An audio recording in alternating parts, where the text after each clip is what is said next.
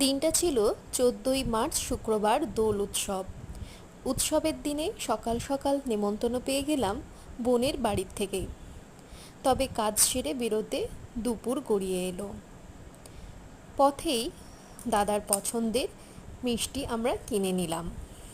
যাই হোক, বাড়ি পৌঁছেই আমরা শুরু করে দিলাম হোলি খেলা। আবির দিয়ে একে অপরকে রাঙিয়ে নিলাম। রঙের এই উৎসবের দিনে মন প্রাণ খুলে রং আবির মাখাতেই তো আসল আনন্দ। আর নিজেদের মধ্যে এই আনন্দটাকে ভাগ করে নিলে আরও বেশি হয়ে যায়, তাই না?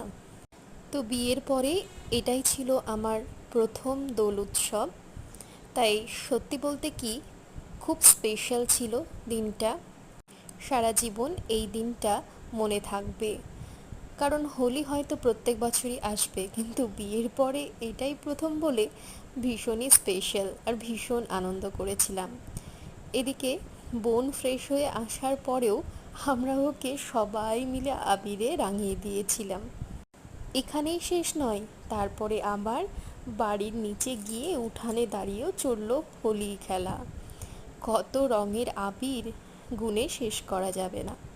দিনের শেষে এই ছবি আর ভিডিওগুলোই তো থাকে আমাদের কাছে, যেগুলো আমাদের সেই দিনের কথা আবার ভালো করে মনে করিয়ে দেয়।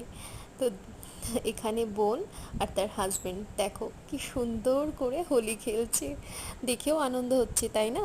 তোমরাও এবার কি কি আনন্দ করলে হোলিতে অবশ্যই